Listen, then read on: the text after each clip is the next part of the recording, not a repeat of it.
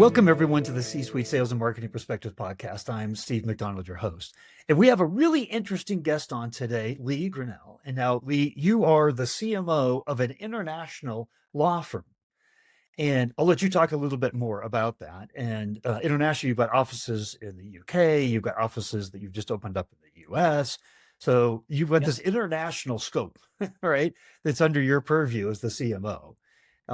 You also have interesting because there's so much that is happening in the world of B2C that influences the world of B2B. And so you have kind of a curiosity and a professional fascination on that and how it applies to all of us, right, as B2B marketers. So with that, I'm going to turn it over and maybe let you explain a little bit more about your background before we get into the subject, which is, for us as CMOs, why should we start being uncomfortable about the concept, just the very concept of an ideal customer profile, an ICP? So we're going to dig into that, but let's hear just a little bit more about you and your background before we do. Yeah, fantastic. Thank you, Steve. Great to be talking to you. So I'm probably up to 25 years of experience now in sort of marketing and business development, broadly in the professional services sphere. So a mix of accountancy firms, law firms, actuaries, sort of all sort of different shapes and sizes. My first big role, or sort of first sort of proper role, was at EY back in the day, mainly actually on sort of account management, sort of CRM. So I had quite an early grounding in what's gone on to become known as sort of account-based marketing as well. So a mixture of, I say, international work with EY, sort of domestic, national firms in the UK now. Yeah, Womble Bond Dickinson, sort of transatlantic firm. We've got a number of offices here in the UK, and then even more over in the US. Most recently opened in Denver.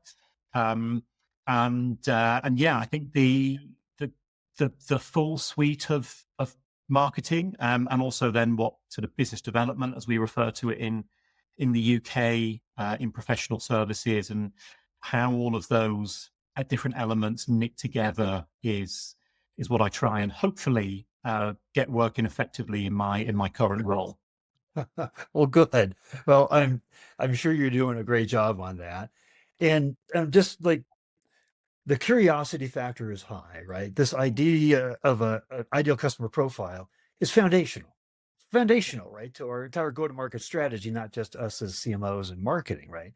But let's just start out. What's your point of view on why we should be uncomfortable about the very concept of the ICP? Yeah, so I suppose I am a classicist in the world of marketing, if that's the right sort of phrase, and kind of look at marketing in the sort of three stages of diagnosis, strategy, and tactics. That first element of the diagnosis phase that they sort of teach you as marketing school 101 is that importance of market orientation, and seeing the world through the lens of your customers and the external market, rather than through the lens of your own business or your own role or your own sort of preconceptions. And I suppose, and I appreciate this is potentially slightly provocative and making me hugely unpopular amongst a whole cadre of B2B marketers. My worry about the ideal customer profile is that it's not market oriented. It's the business or the organization saying, this is who we want to work with. This is, the sort of person or the sort of organization that fits what we do. And I think, we need to flip that round to say, okay, well, who are the people in the market? Who are those different buyers? All of that good segmentation stuff, and kind of start from there rather than, starting, with ourselves and who we want to. It's that I always forget who it is. One of those sort of great quotes of, don't find customers for your products, find products for your customers. Yeah, and I suppose my slightly provocative nervousness is that maybe the ICP starts from the wrong perspective, and we need to flip it around. So that's kind of where I was coming from, I suppose. Here's what I love about that is we box ourselves in, is I think what you're saying in essence. And here's even maybe another reason why I think why we do it as well, is that our ICP has challenges that go far wider than our particular product or technology or service, right? Their challenges for success are much greater than what we do for them, right? What we do for them is very, very, very important, but it's all we focus on, right? It's all our sales calls focus on. It's all our customer success calls focus on, right? We become experts in product marketing. We become experts in talking about our babies, our product, our tech, right? Our SaaS solutions or our services, your professional services in the law firm. And we don't talk to them about this. And if we don't, and we don't understand that, that positions us squarely as a vendor providing a smaller set of solutions that don't necessarily connect to their greater challenges. A Gartner trusted advisor, right, understands this. And if you even go beyond like the advisor status, like we really want to be perceived as peers, as colleagues, right? Yep. That's who you trust the most. And trust is the foundation for selling our businesses, right? And so I think you're right. I think that we start from the wrong premise of establishing an ICP. And then once we start, as we go along, we talk about us. Yeah. In fact, last thing I'll say, because I want your opinion on this, is the Gong, who's like the biggest recorder of sales conversations, looked at over 4,000 different conversations and found that the sales rep talks, guess what? 2/3 to 3/4 of the time, right? Yeah. Because again, that orientation it's about us, right? And it's not starting from the premises, it's about them. So Yeah. I don't know, reacting to any of that. Absolutely. No, that makes complete sense. And I think, I think the ICP's come, in lots of ways is coming from a good place, that idea of, okay, let's have some good targeting. Let's kind of be focused and not spend time on people that aren't going to buy or what have you. But I think, so that point that you make about, potentially all those other areas that you're missing, around, what that person needs, I think is a really interesting one. And if I think about, so we have a number of different sort of 7 or 8 key sort of decision makers that buy legal services from us on the commercial side. So if I think about the kind of the in-house lawyer or the general counsel being the classic one at the center, there are probably 3 different types of in-house lawyer, and they all have needs that we can serve, and it might be that actually there are certain things that we offer that are right for one but not the other 2, or right for 2 or 3 of them.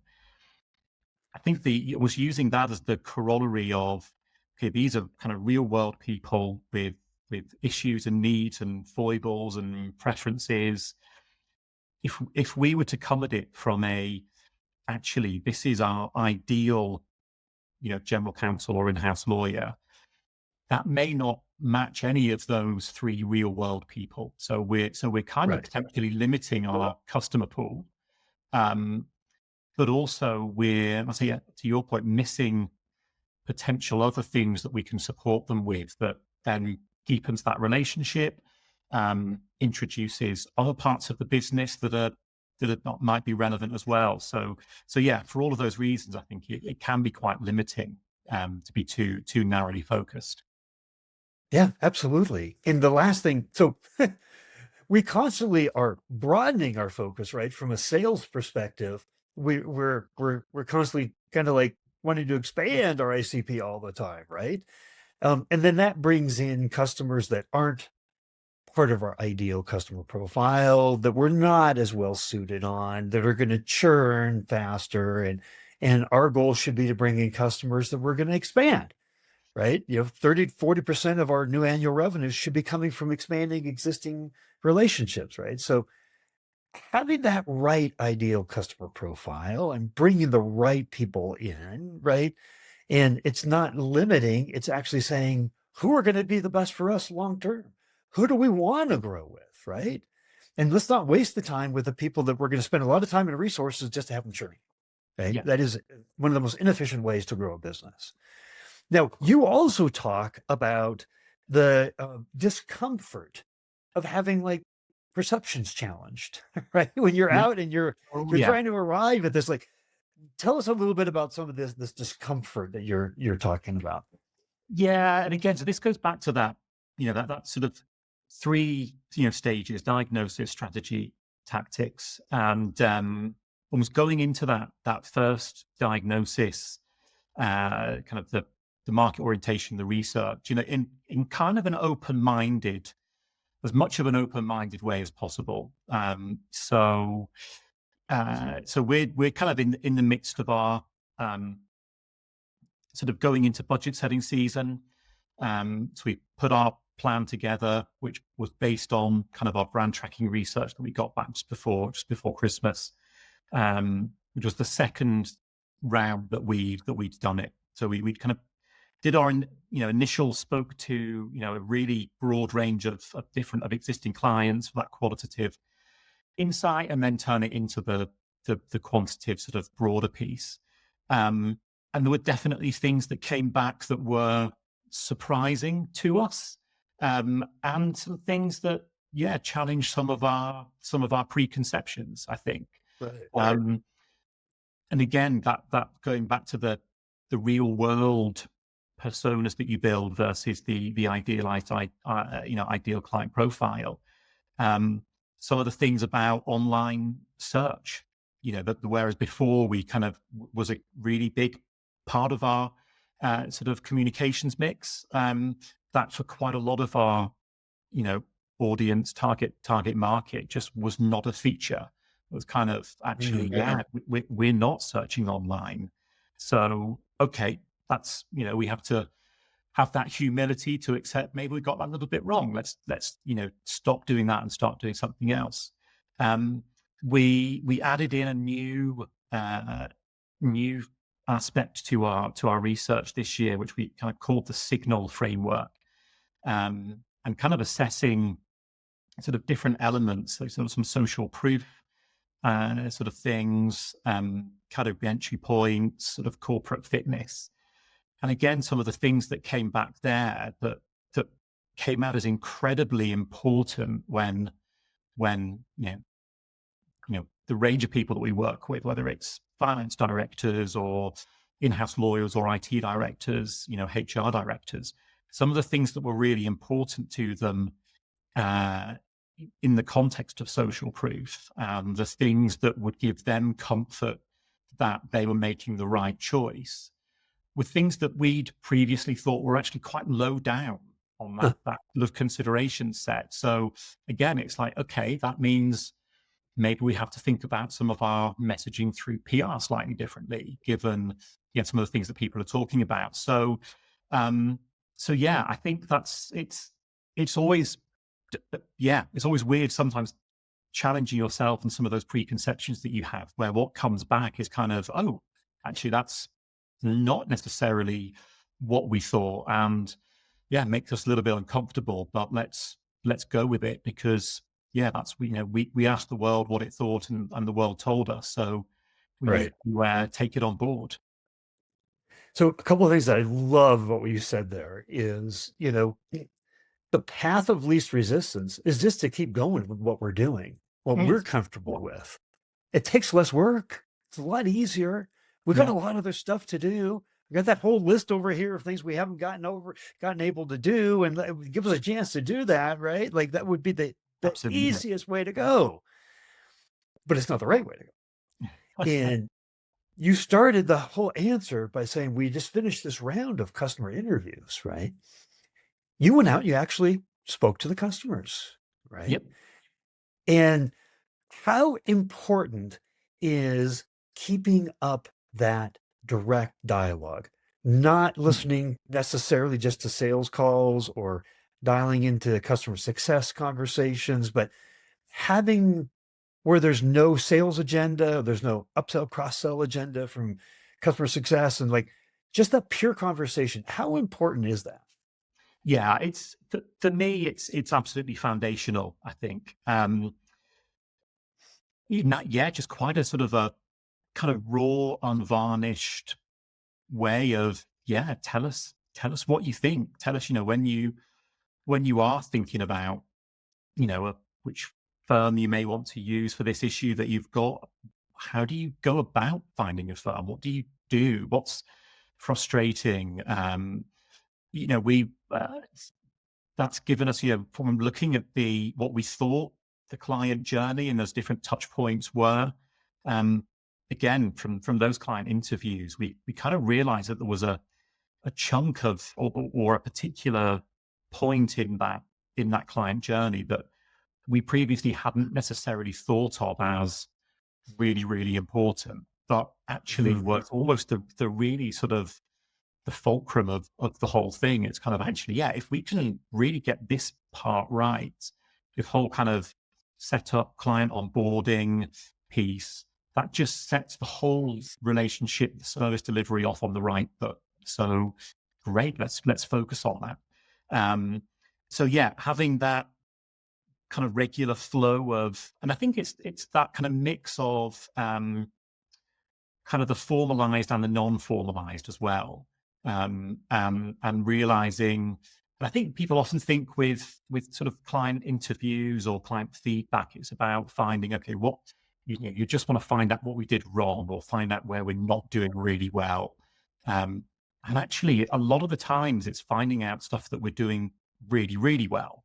Because it's okay if we're doing this brilliantly over here in this part of the business, actually, maybe there's something really easy we can start doing in another part of the business to reflect that.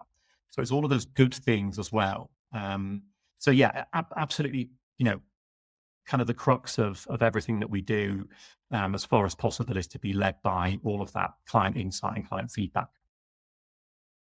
And I'm hearing you say things like, if I could re-articulate it, we don't know what we don't know. Right. So you've said a Mm. number of times in this conversation, we found out that things that we thought were not that important were really important. Like we didn't know that. Right. If you're Yeah. not open to exploring what we don't know, right? And you can only do that. Like, so part of the intentional, I love what you said. We go in with this kind of research, kind of trying to validate what we're doing right and understand what we're doing that's not right. But what about what we're not just doing at all? What we didn't even think about, right? And that we just didn't even know was important, right? We don't know what we don't know unless we start going out and just being open to what can we learn from this? That was a Yeah. big takeaway from what you just said there. If that's a good way to articulate it. No, absolutely. No, it's spot on. And obviously there's lots of, it's that weird sort of thing, isn't it? Of, and I suspect this varies from country to country and culture to culture, but certainly in the UK, we're not very good at giving negative feedback, or we're not very good at saying, actually, that wasn't great. Actually, it would have been better if you'd have done A, B, or C. And that goes for kind of all walks of life. If Yeah. again, it's that slightly kind of cliched cultural thing. If we go out for a meal and actually the meal isn't great, we'll still say it was fantastic rather than say, yeah, it was okay. Or then, maybe a little bit cold, could have been hotter or whatever. Um, and that thing of, yeah, in a business to business relationship, actually, yeah, the client or the customer may not say, actually, you know, that wasn't great. They'll just go somewhere else. So, Right. by not asking for the feedback, you miss the opportunity to resolve things or improve things. And I know when I first really started getting into, let's say, kind of client journey mapping and customer experience, uh, one of those things of actually, it's you can either have no feedback, good feedback, or bad feedback. Which is the worst kind? I mean, the worst kind is no feedback, because actually, the bad feedback, you've suddenly got the opportunity and the chance to do something about it. And when if you do get actually something this wasn't great, and you improve it and you kind of you resolve things, suddenly people's perception of you is what they remember is how great you were at resolving the issue. They don't remember what frustrated them or what you got wrong to start with. So it's kind of almost a double win.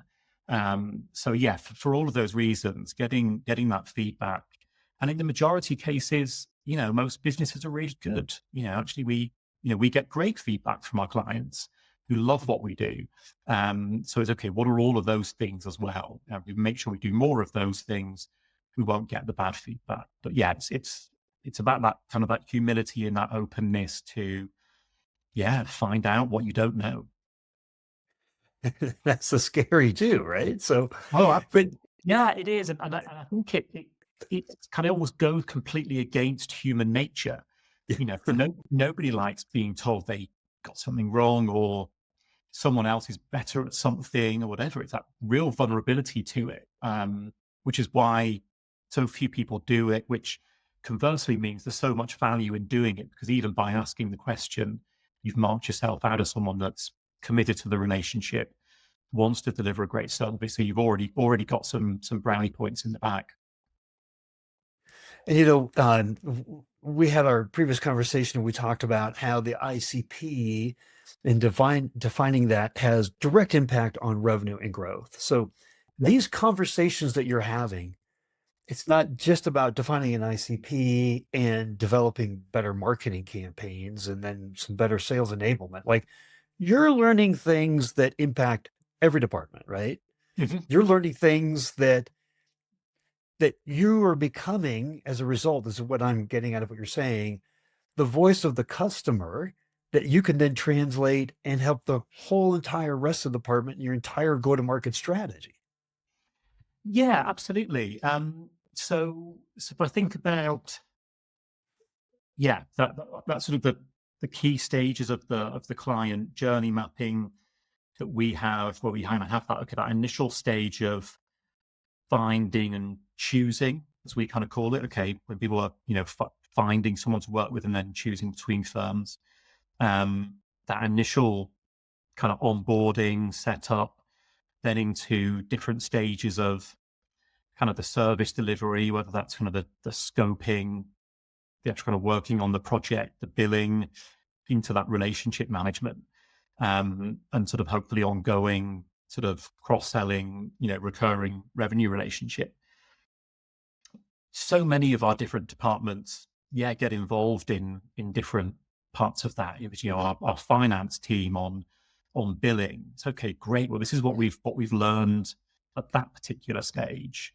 Right. So maybe what something can we do there? If it's about our knowledge sharing, our know-how, offering all of the updates and the thought leadership that we do. Well, okay, well, what are we hearing about that might be relevant for that? So, from this sort of one bit of work right at the start, so many different threads come out of it and touch every aspect of the organization. And I know that's kind of every marketer's sort of thing, isn't it? Well, we're all convinced marketing should rule the world, in terms of the organization, and everything's about marketing. And I think there is some truth in that. We take that broadest definition of marketing, of how do you solve customer needs in a way that delivers value to the customer and to the organization? That's something that can you can spread your tentacles all over, and kind of flow different insights in. Well, to answer that question on should we be in that role, right? Is there anyone else in the organization that is even attempting to play that role? Yeah, it's interesting, isn't it? And I think is it I know lots of things get attributed to Peter Drucker, but I think, one of his things was, business has two primary functions, marketing and innovation. And I suspect you could even make a case for innovation being part of the product P of marketing. But no, I don't think anybody does have that, certainly that breadth of view into the market and the customer world. And that's not to in any way minimize the role of sales teams or law firms. Working in a law firm, we're funny beasts in that the people that deliver the service are also responsible for selling the service and building the client relationships, and they are amazingly customer focused and client focused. If I think about the lawyers that I work with and the partners, their commitment to doing the absolute best job for their client is unparalleled. But even they, with the best will in the world, can only look at a small number of particular clients, and they have to kind of zoom in on the granular detail. And yeah, I think it has to be marketing's job to sort of zoom out a little bit, and take that view of what's going on, and then feed all of that back into the business again.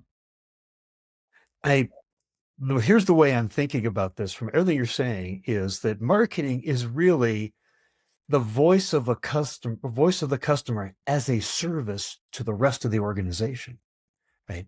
You are taking that and then providing that as a value add, a service, however you want to say it, right? But how important do you think, if like you said on a scale of 1 to 10, I'm going to put you on the spot here. 1, being that voice of a customer as a service for the entire organization, right? 1, that's not important at all. Couldn't care less. 10, it's vital to the overall long-term sustainable growth of the business. Playing that role, where would you put that on that scale? Yeah, so that I think that has to be a 10. There's obviously the business, different businesses have, I think, have different degrees of kind of market orientation, or some businesses are product oriented, or shareholder oriented, or private equity investment oriented. And I think the ones that are the most successful, are the ones that are market oriented. If you think about those, the genuinely great businesses, and you inevitably trot out all of the obvious ones, the Amazons, the Coca-Colas, the Disneys, the Nikes. So obviously they've had their trials and tribulations at the moment, the Apples. And yeah, I think that it is that absolute kind of ruthless focus on the customer, in all of its, not just in the, okay, I'm using this product, but the customer service, the delivery, or the packaging, or whatever it might be. Yeah, I think marketing has to be at the center of that, and that should be what drives everything that a business does, because it's I often say that businesses sometimes see customers just as an inconvenience that gets in the way of making money. And it is that thing of without your customers, you don't have a business. So and if you really understand, you really understand them as better than your competitors do, and you build your product or service better, you can charge more for it because you found the real value that it offers. And that goes back to that definition of marketing, is delivering value to the customer and to the organization. So, the more value you deliver, the better your pricing, the more you can invest in new products, the more people you can employ, the happier your people will be. All of that good stuff flows from it. I'm giving away my megalomaniac tendencies now, aren't I? I'm trying to use that. Well, I think what you're doing is just you're putting into a story why we have to be, why do we have to be so customer focused, right? There's never a company that says, I don't want to be customer driven, customer focused, customer obsessed. But there's few companies that really put those words into action, Yeah. right? And that's what I'm hearing from you today, right? Is we have to be Yeah. customer obsessed, right?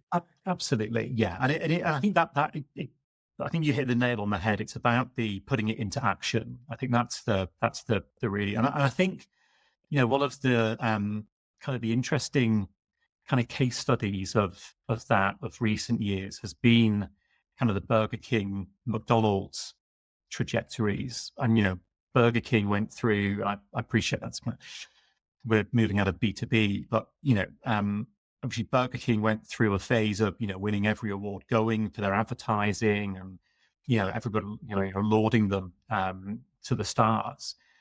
But actually the core product was declining.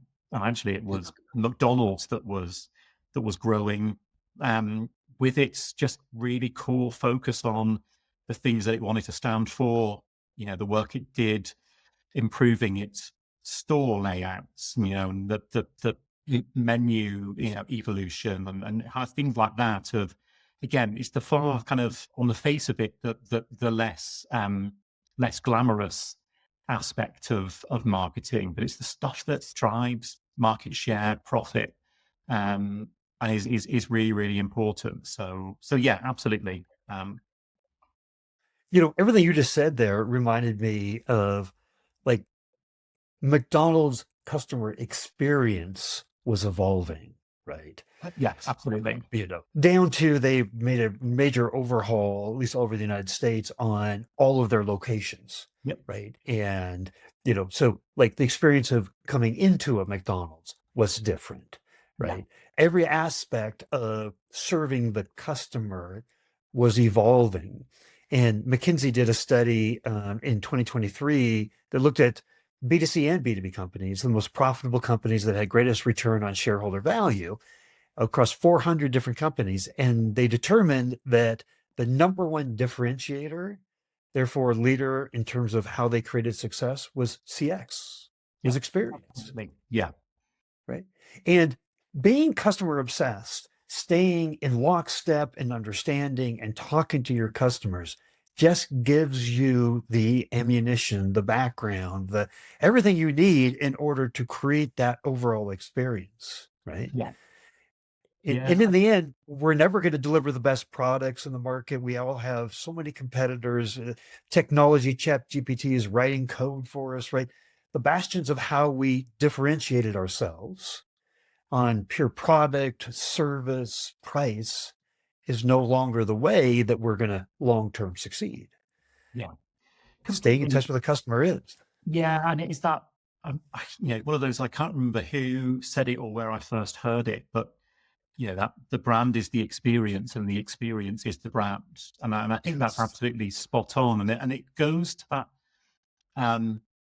those 4 P's of marketing, product, price, place, promotion, the importance of the product P that often gets, and I think this is probably is a trend of the last 10 years, have become, perceived as less important, but is still the most important of aspect of marketing, certainly in terms of its your tactical delivery. And obviously, I think there's a really interesting gap sometimes of what we think the product is. And maybe in B2B, what the service actually is. We think of it in a too narrow a way. And I think Starbucks actually is staying with the sort of the kind of the leisure and hospitality, market. Starbucks again is a really interesting case study of a business that, has taken their eye off the ball in terms of what the product is that they're selling, that store experience, and things that made Starbucks so great to start with, the handwritten